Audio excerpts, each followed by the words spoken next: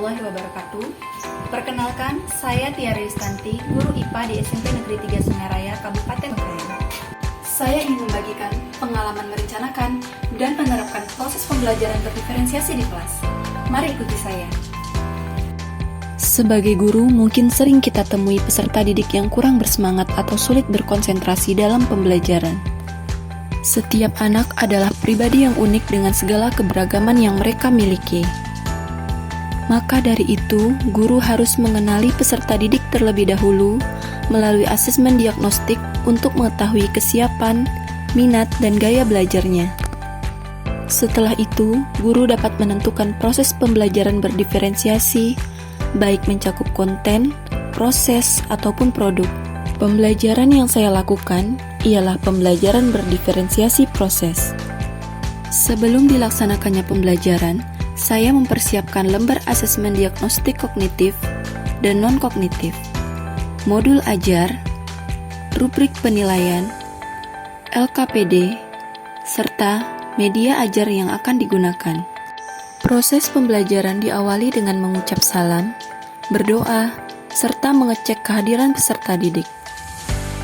Kemudian peserta didik diberi lembar asesmen diagnostik kognitif dan non-kognitif untuk memetakan peserta didik berdasarkan kesiapan dan gaya belajarnya.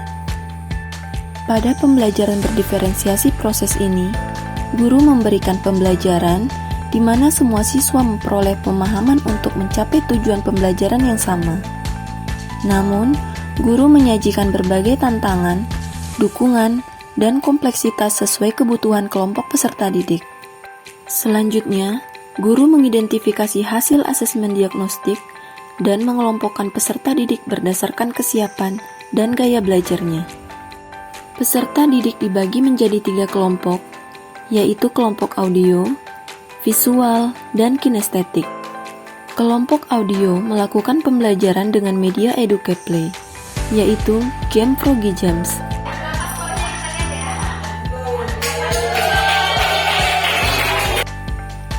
Kemudian, untuk kelompok visual diberikan lembar kerja bergambar, di mana peserta didik mengidentifikasi gambar dan menyesuaikan dengan pilihan jawaban yang telah disediakan. Di sini ada fungsinya, ya, ada fungsinya supaya kalian paham mana fungsinya dengan organ tubuh. Sedangkan kelompok kinestetik menggunakan media sel card, yaitu kartu sel berwarna, di mana peserta didik memasangkan bagian-bagian sel dengan fungsinya, kemudian menempelkannya di lembar kerja yang telah disediakan. Pada pelaksanaan pembelajaran berdiferensiasi proses ini, peserta didik aktif dalam kelompoknya dan semangat bekerja sama sesuai petunjuk lembar kerja yang diterima.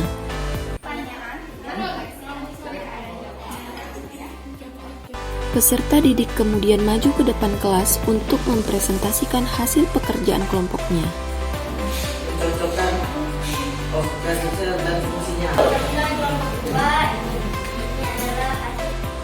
Di sela waktu pembelajaran, biasanya juga diselingi dengan ice breaking agar siswa tidak jenuh dan lebih bersemangat dalam mengikuti pembelajaran. Peserta didik diberikan asesmen menggunakan media EducaPlay untuk menguji kemampuan akhir peserta didik setelah dilaksanakannya pembelajaran.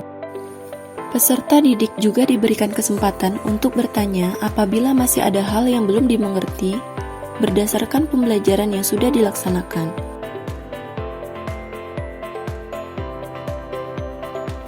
Setelah dilaksanakannya pembelajaran berdiferensiasi proses, saya melihat adanya peningkatan antusiasme peserta didik dalam pembelajaran.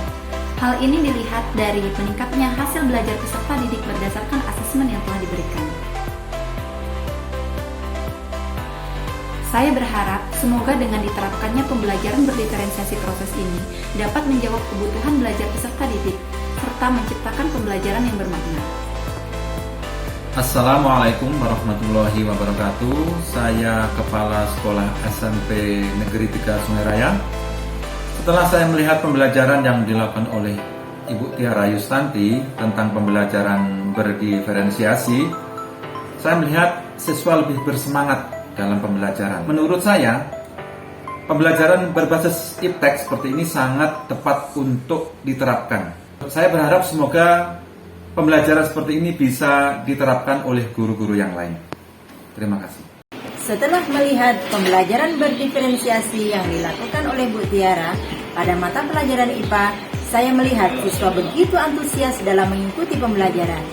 Selain siswa dikelompokkan berdasarkan minat dan gaya belajarnya, media pembelajaran yang digunakan juga sangat menarik, yaitu media Selcard dan EducaPlay.